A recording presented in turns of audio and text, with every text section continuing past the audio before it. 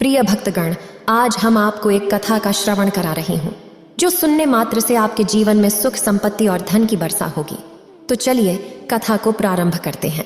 श्रोताओं, एक जंगल में एक तोता और मैना ने प्रेम पूर्वक आपस में मिलकर रहा करता था। उनमें बहुत प्रेम था। एक दिन किसी विवाद के कारण तोता और मैना के बीच झगड़ा हो गया। तोता ने कहा कि इस संसार में सबसे बड़ा पापी और विश्वासघाती स्त्री है। मैना ने जवाब दिया कि इस संसार में सबसे ज्यादा पापी और विश्वासघाती पुरुष होते हैं। जब वे दोनों आपस में लड़ते रहे और अपने विवाद का निदान के लिए वे भगवान शिव के पास गए और अपनी बात बताई। शिव जी ने तोते से कहा, तुम कैसे कह सकते हो कि संसार में स्त्री पुरुषों की अपेक्षा ज्यादा पापी और विश्वासघाती हैं? अगर आप यह कहानी सुन रहे हैं तो पूरा सुनिए। इस कथा को आधा अधूरा छोड़कर जाने की गलती मत करिएगा, क्योंकि इस पवित्र कथा को पूरा सुनने से मनचाहा फल की प्राप्ति होगी। इसलिए इस कथा को पूरा सुने। आप शिव भक्त हैं तो भोलेनाथ का अनादर ना करें। तोता बोला, प्रभु, मैं आपको एक कहानी को सुनाना चाहता हूँ जिससे हम सबको यह साबित होगा कि स्त्री पुरुषों की अपेक्षा ज्यादा पापी और विश्वासघाती होती है। फिर भगवान शिव बोले, ठीक है, तुम कहानी सुनाओ। श्रोताओं, तब तक माता पार्वती आ जाती है और कहती है, मुझे भी यह कहानी सुननी है, मैं भी सुनना चाहती हूँ। तब भगवान शिव कहते हैं, ठीक है, बैठो। फिर तोता भगवान शिव और माता पार्वती के सामने कहानी सुनाने लगता है। एक राज्य में अग्रसेन नाम का राजा राज्य करता था। उसके पास 4 बेटे थे जो सभी बहुत ही बहादुर और प्रतापी थे। लेकिन सबसे बड़ा बेटा, जिसका नाम चंद्रसेन था, वो न केवल प्रतापी बल्कि बहुत ही सुंदर भी था। उसकी पत्नी चंद्रप्रभा भी बहुत ही सुंदर और रूपवान थी। वह अपने आगे किसी दूसरी स्त्री को सुंदर नहीं मानती थी। एक दिन राजा अग्रसेन ने अपने बेटे चंद्रसेन को उसकी किसी बात पर नाराज होकर के राज्य से निकाल देने का आदेश दिया। राजा का ये आदेश सुनकर कि सभी इस बात से चिंतित हो गया। फिर चंद्रसेन अपने महल में गया और उदास हो गया। उधर चंद्रसेन को उदास देखकर उसकी पत्नी ने पूछा, प्राणनाथ, आप उदास क्यों हैं? आप इतना मुरझाया हुआ क्यों हैं? राजकुमार होकर भी आप इस तरह चिंतित क्यों हैं? तब चंद्रसेन सोचने लगा कि मैंने बहुत बुरा किया है और अपनी सारी बात अपनी पत्नी को बता दी। उसी समय उसकी पत्नी मूर्छित हो जाती है। फिर दासियों ने चंद्रप्रभा पर गुलाब का पानी का छिड़काव किया। तब जाकर वो होश में आ गई। अब होश में आकर चंद्रप्रभा ने अपने पति राजकुमार चंद्रसेन से कहा, आप मुझे दासी पर छोड़कर परदेश चले जाएंगे तो मैं आपके बिना कैसे जी पाऊंगी? मैं भी आपके साथ ही चलूंगी। तब राजकुमार चंद्रसेन कहता है, तुम मेरे साथ कैसे चल सकती हो? क्योंकि दूसरे राज्य में अनेक प्रकार के संकट होते हैं और तुम नर्म नाजुक महलों में रहने वाली, महलों के बिना यह कष्ट कैसे बर्दाश्त कर पाओगी? फिर तो राजकुमार चंद्रसेन की बात को सुनकर रानी चंद्रप्रभा कहती है, प्रीतम, जितने भी दुख दूसरे राज्य में आएंगे वो सब हमारे साथ होते हुए सूखी से भी अधिक सुखमय लगेंगे। महल के सुख बिना आपके जंगल के दुखों से भी अधिक डरावने लगेंगे। इसलिए मैं भी आपके साथ चलूंगी। अब तोता कहता है, प्रभु, रानी चंद्रप्रभा की आंखों में आंसू देखकर चंद्रसेन ने मन में सोचा कि वह मेरे बिना नहीं रह सकती, इसलिए मुझे इसको तड़पते हुए छोड़कर चलना सही नहीं होगा। इन सभी बातों को सोचते हुए राजकुमार चंद्रसेन अपनी पत्नी चंद्रप्रभा से कहते हैं, तुम उदास नहीं होना, हम तुम्हें साथ लेकर जाएंगे। इस बात से चंद्रप्रभा खुश हो जाती है और अपने पति के साथ जाने की तैयारी करने लगती है। अगली सुबह वे राज्य से बाहर निकलकर एक जंगल में पहुंचते हैं। चलते चलते थक जाते हैं और फिर उन्होंने एक बरगद के वृक्ष के नीचे विश्राम करने का निर्णय लेते हैं। वे बहुत थके हुए थे। ठंडी हवा के झोंकों ने उन्हें नींद तुरंत आ गई। परंतु कुछ देर बाद वहीं पर एक सांप ने रानी को काट लिया। फिर तोता कहता है, हे प्रभु, आगे सुने। सांप के डसते ही रानी तड़पने लगी और चंद्रसेन की आंख खुल गई तो रानी को तड़पता हुआ देखकर और सांप को जाता हुआ देखकर चंद्रसेन बेचैन हो गए। फिर कुछ देर बाद रानी की मृत्यु हो गई। इस प्रकार मृतक रानी को देखकर चंद्रसेन ऊंचे स्वर में रुदन विलाप करने लगे। उसका रोना धोना सुनकर जंगल के जीव जंतु उसे खाने के लिए वहां आ गए। फिर चंद्रसेन ने मन में सोचा, अब जीवन संगिनी ही मर गई है तो मैं अब जी कर क्या करूंगा और इसी जंगल में अपने प्राण त्याग दूंगा। ऐसा मन में सोचता है। फिर वो रानी की लाश के पास से उठ जाता है और जंगल से लकड़ियां इकट्ठी करने लगता है और रोकर कहता हूं कि मैं भी रानी की चिता में जलकर मर जाऊंगा। बस उस समय स्वर्ग से एक देवदूत आता है और मुझे रोते हुए देखकर उसके मन में दया आती है वह राजकुमार चंद्रसेन के पास जाता है और पूछता है, तुम क्यों रो रहे हो? आखिरकार तुम्हारा दुख क्या है? तो राजकुमार चंद्रसेन ने देवदूत से कहा, मेरे पास अपना दुख कहने की शक्ति नहीं है। मुझे चाहिए कि यह धरती फट जाए और मैं इसमें समा जाऊं। फिर देवदूत ने कहा, तुम मुझे अपना हाल बताओ, शायद मैं तुम्हारी मदद कर सकूं। फिर चंद्रसेन ने कहा, महाराज, मैं एक राजकुमार हूं और राजा अग्रसेन का बेटा हूं। मेरे पिता ने मुझे राज्य छोड़ने के लिए कहा था, इसलिए मेरी पत्नी और मैं इस जंगल में चलते चलते यहाँ आ गए। यहाँ आकर मेरी पत्नी को सर्प ने काट लिया है और उसकी मृत्यु हो गई, और मैं लकड़ियाँ इकट्ठा कर रहा हूँ ताकि मैं अपनी पत्नी के साथ ही जलकर अपने आप को भी अग्नि के हवाले कर सकूं। तब तोता कहता है, हे प्रभु, आगे सुने। चंद्रसेन की बातों को सुनकर देवदूत कहते हैं, राजकुमार, तू बड़ा मूर्ख है। यह संसार है, यहाँ इंसानों का आना जाना। कहते हैं, राजकुमार, तू बड़ा मूर्ख है। यह संसार है, यहाँ इंसानों का आना जाना लगा रहता है। इस शरीर को एक दिन सबको त्याग देना पड़ेगा, तू भी इसे जानता है। इस संसार में कोई भी किसी के साथ नहीं आता और ना ही किसी के साथ जाता है। फिर भी तुम मूर्खों की तरह यह बात कर रहे हो। अगर तू जीवित रहेगा तो बहुत सारी रानियां तुझे मिलेंगी, इसलिए मेरे कहने पर मरने का विचार छोड़ दो। इस मानव शरीर को प्राप्त करने के लिए देवता भी बेहद इच्छुक होते हैं। तू फिर इस शरीर को क्यों नष्ट करना चाहता है? इस प्रकार देवदूत के शब्दों को सुनकर चंद्रसेन कहता है, महाराज, आपने जो कुछ कहा है वह सत्य है, किंतु ऐसी पतिव्रता पत्नी मुझे किसी जन्म में भी नहीं मिलेगी, इसलिए मैं इसके साथ ही मरूंगा।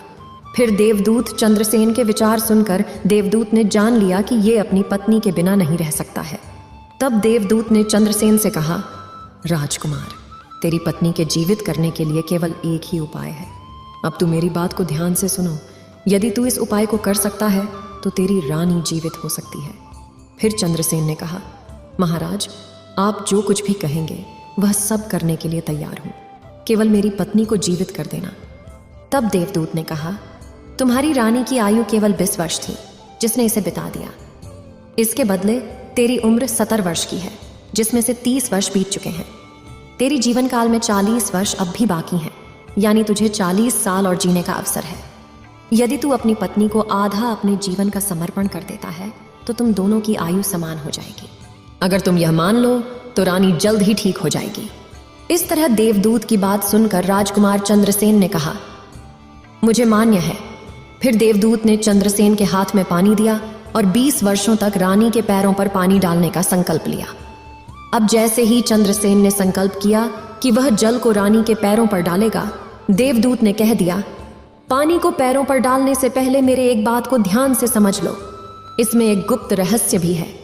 अभी तो तुझे रानी की आवश्यकता है, तुम पानी डालकर उसको बचा सकते हो, लेकिन भविष्य में अगर रानी की आवश्यकता नहीं पड़ती है तो तुम अपने संकल्प को वापस ले सकते हो, और जब तुम वह संकल्प वापस लेते हो तो तुम्हारी रानी को तुरंत ही मौत हो जाएगी।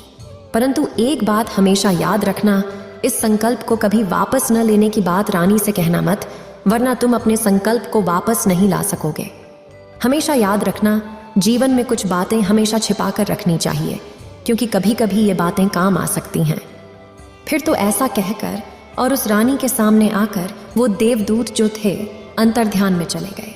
तब चंद्रसेन रानी से कहता है, आप सो गई थी, मैंने आपको नहीं जगाया? फिर चंद्रसेन कहने लगा, तुम बहुत थकी हुई थी, इसलिए मैंने तुम्हें नहीं जगाया। इस प्रकार राजकुमार चंद्रसेन ने अपनी रानी से सारी बातें छिपा दी कि सर्प ने तुम्हें काट लिया था और तुम मर गई थी। मैंने तुम्हें फिर जीवित कैसे किया है, ये सब राजकुमार ने अपनी पत्नी से छिपा लिया। फिर तोता बोला, प्रभु, फिर वो दोनों आगे बढ़ गए। कई दिनों बाद उन्होंने एक बहुत ही सुंदर स्थान देखा। वहां पर एक फकीर की कुटिया थी। जब वे वहां पहुंचे तो उन्होंने देखा कि एक सुंदर युवक फकीर हुक्का पी रहा था। वे दोनों बहुत ही थके हुए थे, इसलिए वे फकीर के पास बैठ गए।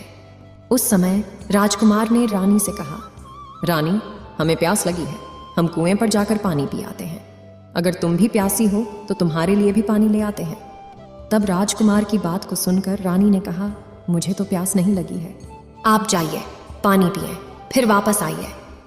इसके बाद रानी की जवाब सुनकर राजकुमार चंद्रसेन एक लंबी रस्सी लेकर कुएं की ओर जा रहे हैं। चंद्रसेन पानी पीने पहुंचे तो राजकुमारी चंद्रप्रभा उस फकीर की ओर देख रही हैं। चंद्रप्रभा फकीर की सुंदरता को देखकर उस पर मोहित हो गई, अर्थात वह उसको दिल दे बैठी थी। अब वह फकीर से कह रही हैं, फकीर साहब, आप यहाँ बहुत खुशी से रहते हैं। फकीर ने कहा, तुम भी मेरे साथ रह सकती हो, लेकिन तुम्हारे पति भी साथ में हैं, तो कैसे तुमको रख सकते हैं? इसके बाद राजकुमारी चंद्रप्रभा ने फकीर के सामने अपनी प्रेम लीला प्रकट की तो फकीर ने कहा, मैं एक उपाय बताता हूँ। तुम अपने पति को जिस कुएं में पानी पीने गया है, तुम उसी कुएं में धकेल देना, फिर जो होगा हम देख लेंगे। फिर तो फकीर की बात सुनकर के चंद्रप्रभा ने कहा, ठीक है, मैं ऐसा ही करूंगी। अब इतनी ही देर में राजकुमार चंद्रसेन पानी पीकर रानी के पास आया तो रानी कहने लगी, मुझे भी अब प्यास लग रही है, कुएं पर वापस चल करके मुझे भी पानी पिलाओ। तो राजकुमार चंद्रसेन बोला, मैंने तुमसे पहले ही पूछा था और तुमने मना कर दिया था। खैर, अगर तुमको प्यास लगी है तो मैं अभी पानी लेकर आता हूँ। तब चंद्रसेन पानी लेने चला तो रानी भी उसके साथ चल दी और कहने लगी, मैं भी तुम्हारे साथ चलती हूँ। बेचारा चंद्रसेन तो उसके प्रेम में पागल था, उसको क्या मालूम था कि ये मेरे प्राण लेने के लिए मेरे साथ आ रही है। श्रोताओं, वास्तव में विद्वान सच कहते हैं कि स्त्रियों के चरित्र को देवता भी नहीं जान सकते। मानव क्या चीज होता है, उनके जाल में अच्छे बुद्धिमान भी फंस जाते हैं। जब राजकुमार चंद्रसेन कुएं पर जाकर पानी भरने के लिए डोल भरता है तो रानी ने अपने पति यानी राजकुमार चंद्रसेन को धक्का देकर कुएं में गिरा देती है और खुद फकीर के पास चली जाती है। वह फकीर रानी को अपने साथ ले जाकर एक राज्य में बस जाता है। वहां दोनों खौसी से रहने लगते हैं। फकीर ने फिर रानी को ऐसा नाचना और गाना सिखाया कि वह नृत्यांगना के रूप में मशहूर हो गई। धीरे धीरे वह राजकुमारी पूरे नगर में प्रसिद्ध हो गई। इस तरह रानी के नृत्य और गीत के कारण वह फकीर के पास लाखों रुपए बन गए। रानी भी उस फकीर के साथ मस्ती में रहने लगी थी।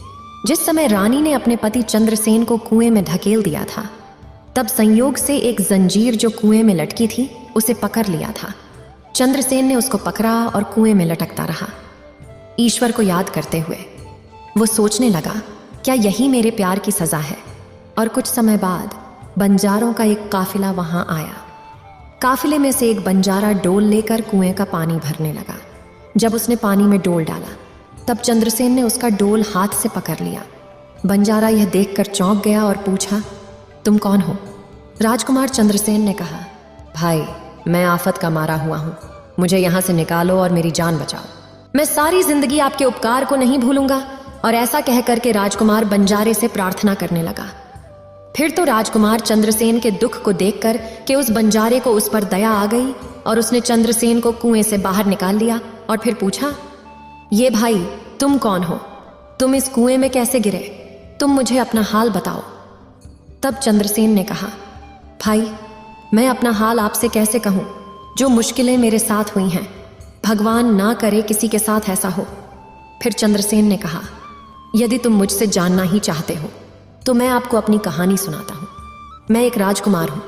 मेरे पिता ने मुझे राज्य से निकाल दिया था, इसलिए मैं अपनी प्रिय पत्नी के साथ एक जंगल में पहुंच गया। मेरी पत्नी और मैं एक दूसरे से बहुत प्यार करते थे। जंगल में एक सांप ने मेरी पत्नी को काट लिया, जिससे उसकी मृत्यु हो गई।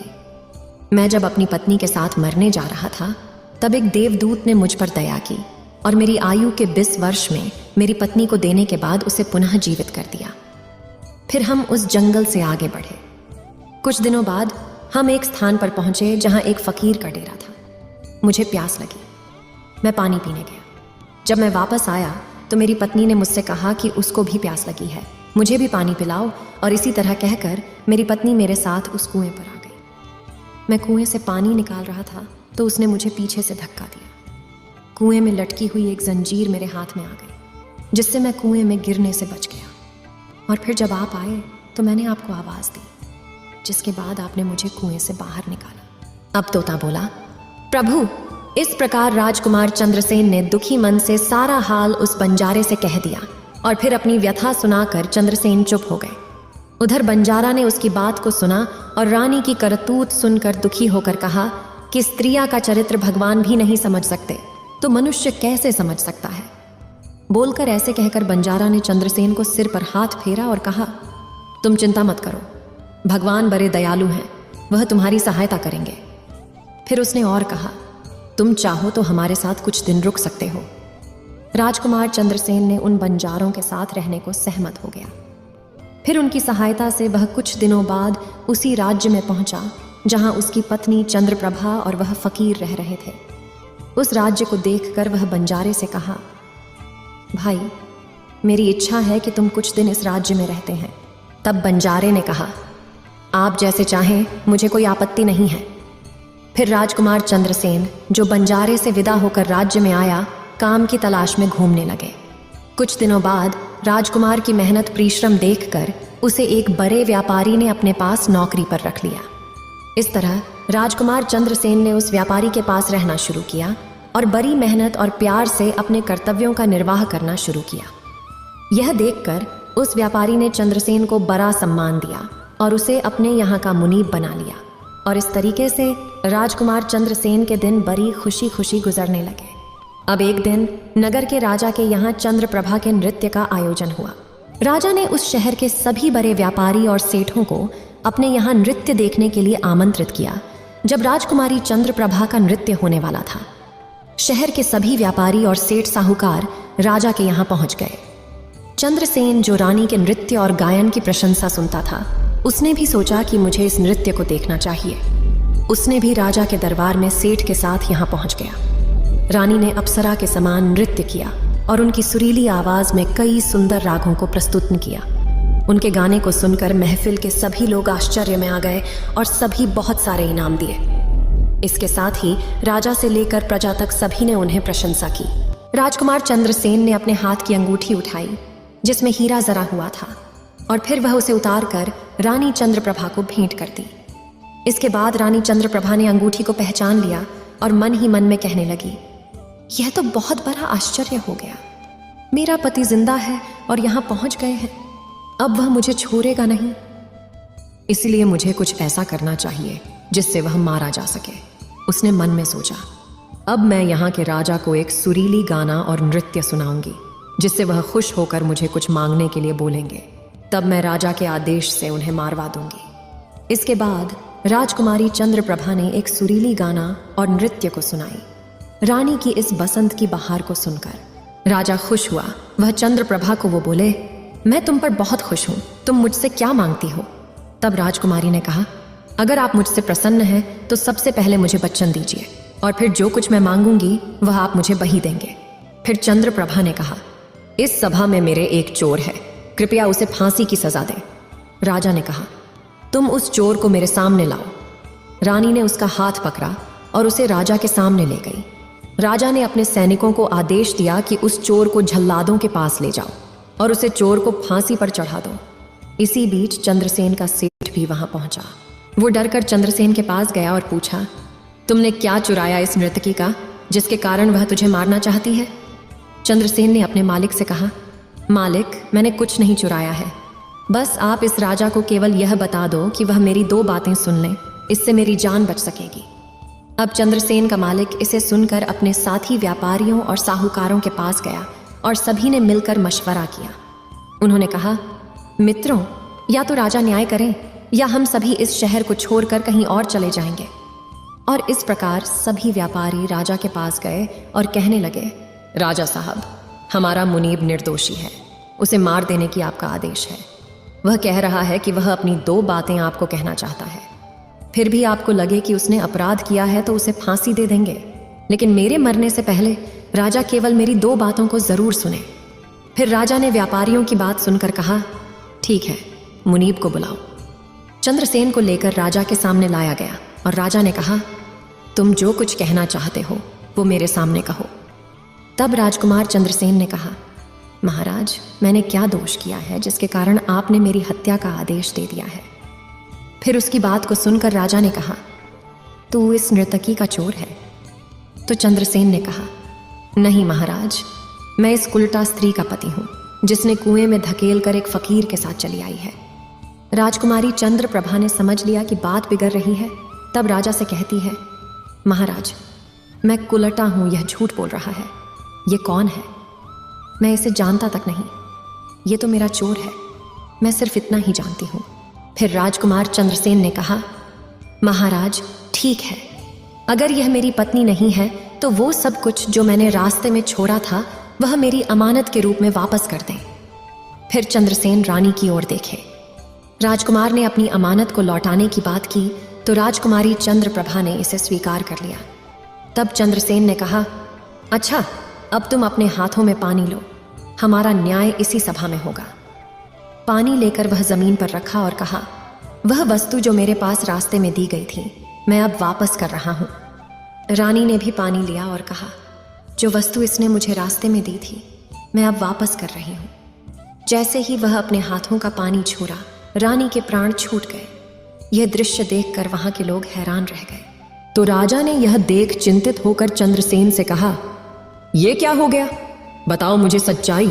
तब राजकुमार चंद्रसेन ने अपनी कहानी शुरू की, अपने जीवन की सब घटनाओं को खुलकर बताते हुए उसके देश निकाले जाने से लेकर अब तक के सभी घटनाओं को सुनाया।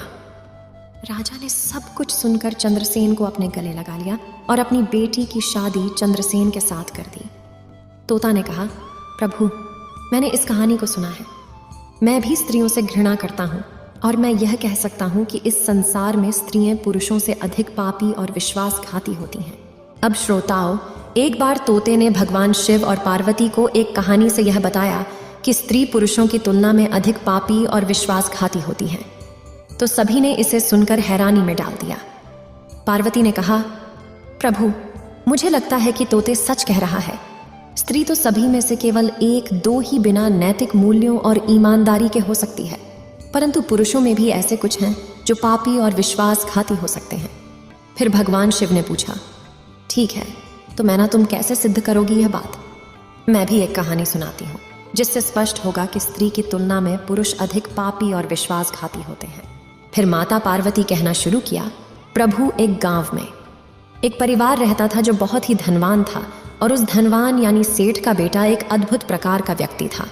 सेठ का बेटा इतना जुआरी था कि सेठ उसके बारे में सोचते सोचते परेशान रहता था। एक दिन उनका बेटा जुआ खेल रहा था। उसी दिन उसके पिता का निधन हो गया। फिर भी वह जुआ खेलना बंद नहीं किया, लेकिन पिता की मृत्यु के बाद वह खुल के जुआ खेलने लगा और सब कुछ हार गया। फिर वह अपने गांव से दूर चला गया और एक सेठ के घर पहुंचा और सेठ से बोला, मुझे बहुत तेज प्यास लगी है, मुझे एक ग्लास पानी मिलेगा? तो सेठ ने उस युवा से पूछा कि तुम कौन हो, क्या करते हो और कहां से आए हो? जिसके उत्तर में उस युवा ने कहा, मैं एक व्यापारी हूं और यहां से जा रहा था, तो सोचा कि पानी पीकर चला जाऊं। तब सेठ ने पूछा कि तुम कौन व्यापार करते हो? तब युवा कहता है, व्यापार करते समय मेरे सामान समुद्र में गिर गया, इसलिए यदि आप मेरी कुछ मदद कर दें तो अच्छा होगा। फिर सेठ ने लड़के की बात सुनी और फिर उसकी बातों के जाल में फंस गया और कहने लगे कि बेटा, तुम तो ठीक हो और कुछ कमा भी लेते हो, तो क्या मेरी बेटी से शादी करोगे? अब तो ये बात सुनकर युवा खुश हो जाता है और शादी के लिए हाँ कह देता है, जिसके बाद दोनों का विवाह हो जाता है। प्रभु, इस प्रकार सेठ अपनी बेटी को धन के साथ विदा कर देते हैं। उधर युवा लड़का को तो बस केवल धन के लिए विवाह करना था, तो उसने वो भी कर लिया।